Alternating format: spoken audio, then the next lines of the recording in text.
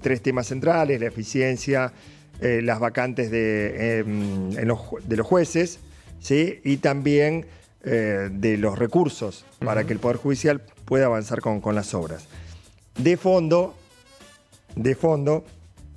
está el tema de las jubilaciones, la reforma jubilatoria que impulsa el Ejecutivo, que tiene media sanción del Senado y que el jueves quizás se termine de convertir en ley. Y también de fondo está la posible reforma de la Corte Suprema de Justicia o la renovación. Una idea que la gestión de Maximiliano Puyaro viene tratando desde hace tiempo, viene hablando de una justicia poco eficiente, cara. De hecho, Bastía a la salida de la reunión algo comentó en ese sentido. No son nuevas las declaraciones. Hace unos días Puyaro habló de los privilegios y apuntó directamente contra los jueces. Pero en definitiva, charlábamos fuera de aire entre todo el equipo.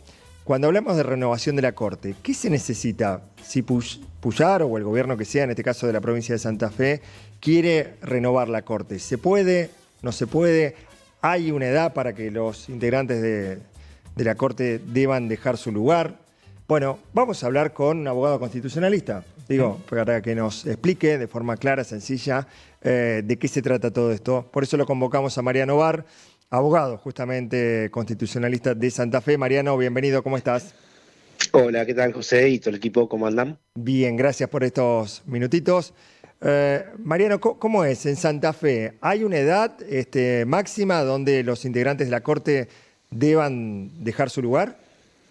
Mira, lo que establece la Constitución de Santa Fe de 1962 es muy similar a lo que establece la Constitución Nacional, que los jueces cesan con su garantía de inamovilidad.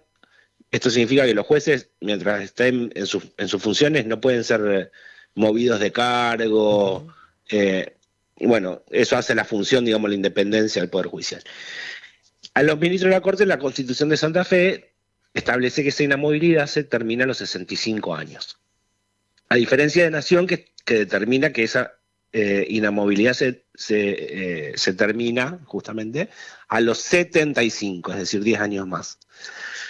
Sin embargo, en Santa Fe hubo un caso que llevó a la Corte Suprema de Justicia de la Nación, que fue la del ex ministro de la Corte Suprema de aquí, Casiano Iribarren, donde la Corte Suprema de Justicia de la Nación lo que termina diciendo en su momento es que esta cláusula de la Constitución de Santa Fe, que dice que a los 65 años los jueces pierden la garantía y la inamovilidad, es inconstitucional. Ajá.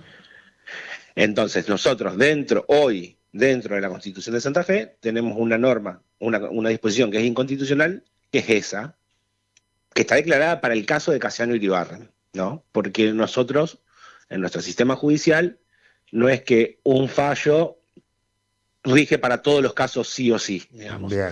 Se resuelve para el caso concreto. En el caso de Casiano Iribarren se declaró que era inconstitucional.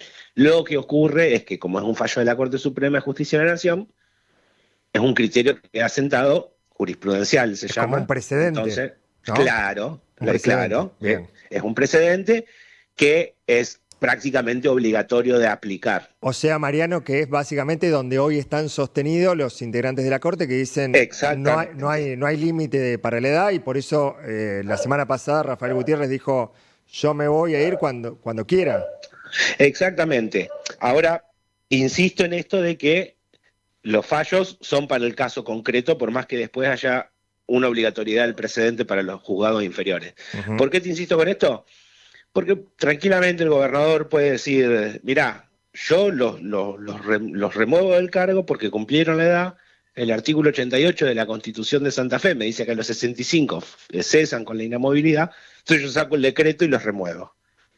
Ahora, ¿y qué va a decir la Corte? Bueno, no, pero esto en su momento se declaró inconstitucional y bueno, van a tener que ir a la justicia. O sea, Mariano, que si el gobierno que sea, en este caso el gobierno actual de Santa Fe, quisiera avanzar por decreto, ¿lo puede hacer? ¿Necesita algún aval de la legislatura? No, para el cese no, puede avanzar por decreto. Claro que lo que va a pasar... ¿Tiene que tener alguna causa o puede ser...? No, la causa es el artículo 88 de la Constitución de Santa Fe. Ya con eso le alcanza. Ya con esto le alcanza para sacar el decreto. ¿Qué es lo que va a pasar si hace eso? Y judicializar. Sí, Que el ministro de la Corte que esté afectado por eso, o la Ujú. ministra, Y otra va a vez ir a a la la Corte, justicia, y llega a la va a ir a Corte la, de la Nación. sí, no, va a ir primero al juzgado civil y comercial de primera instancia en Santa Claro. Fe con Claro, un todo el recurso de caminito. amparo. Pero y cuando Ajá. llegue a la Claro. corte, ¿qué tiene que definir Mariano? O sea, en definitiva, me imagino me pongo como ministro de la corte. De repente me Sí. transformo en juez de la Corte Suprema de Justicia de Santa Fe. Me llega ese decreto y Ujú. me dice, che, me tengo que jubilar por decreto. ¿Cómo defino? ¿Me abstengo? ¿Cómo es la decisión de la No, Corte no, Ah, santafesina? no, no, porque claro, no. judicializa, Para pero ahí. sí. Sí, no, pero entiende lo que dice Facu. Facu dice que en algún momento esa judicialización, supongamos, termina en primera instancia, lo revisan en Cámara y va a la Corte Suprema de Justicia de la provincia a través de un recurso de inconstitucionalidad para que la Corte también diga. Ujú. Ese es el supuesto que plantea Facu. Entonces dice que los mismos ministros van a decidir sobre el decreto del gobernador que los remueve.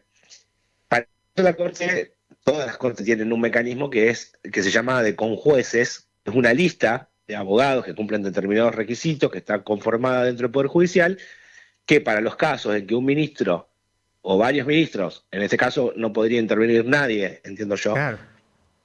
eh, no tengan algún interés en el pleito, se designa a estas personas, se sortean a estas personas de la lista de conjueces, se conforma el tribunal, digamos, sería una Corte Suprema ad hoc, digamos, a ese efecto, Claro. para ese caso específico, y ahí decidirán. Y la Esto designación pasó, por de ejemplo, esos jueces, ¿quién la hace?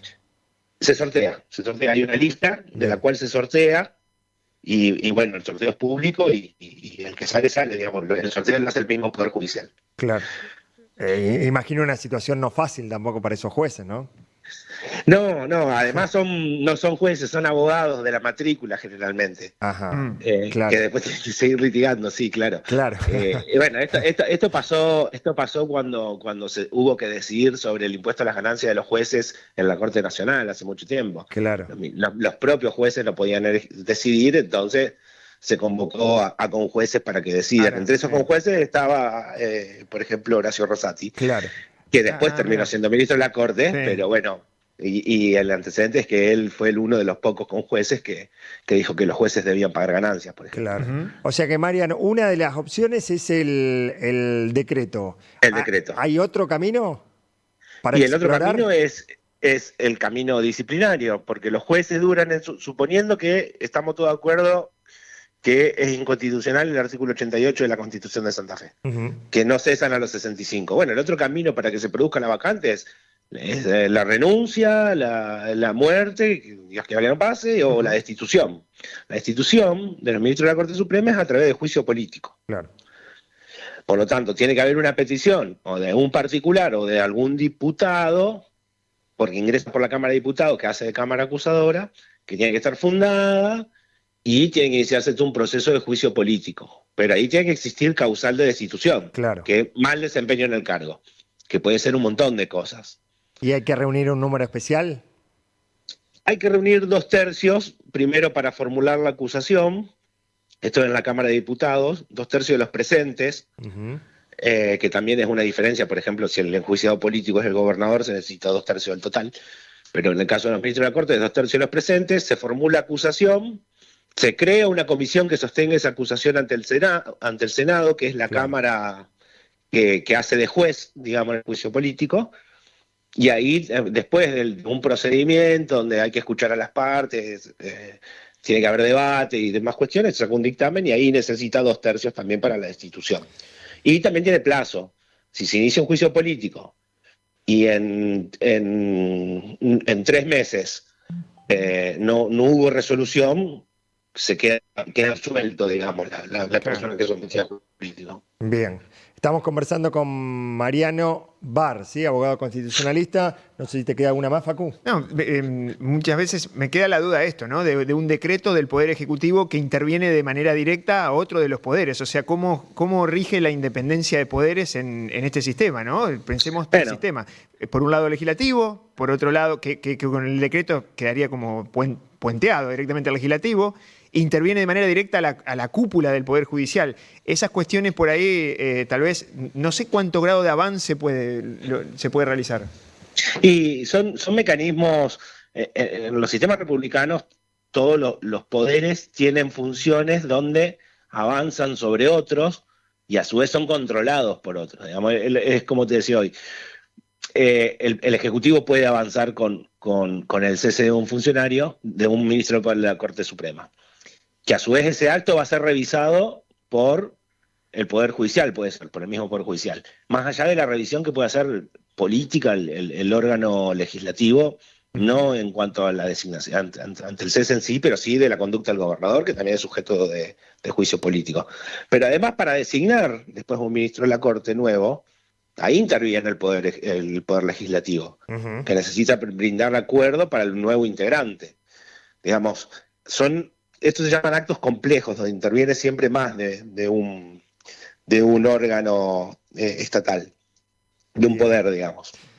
Bueno, creo que ha quedado claro. Sí. Creo que el escenario de los dos que contó Mariano, en caso de avanzar la provincia, sería mediante el decreto, porque después tiene que haber razones para iniciar un juicio político y es una instancia mucho más larga y donde intervienen muchos más actores, Mariano. Entonces, sí, también es mucho más grave institucionalmente. claro. Que no es menor.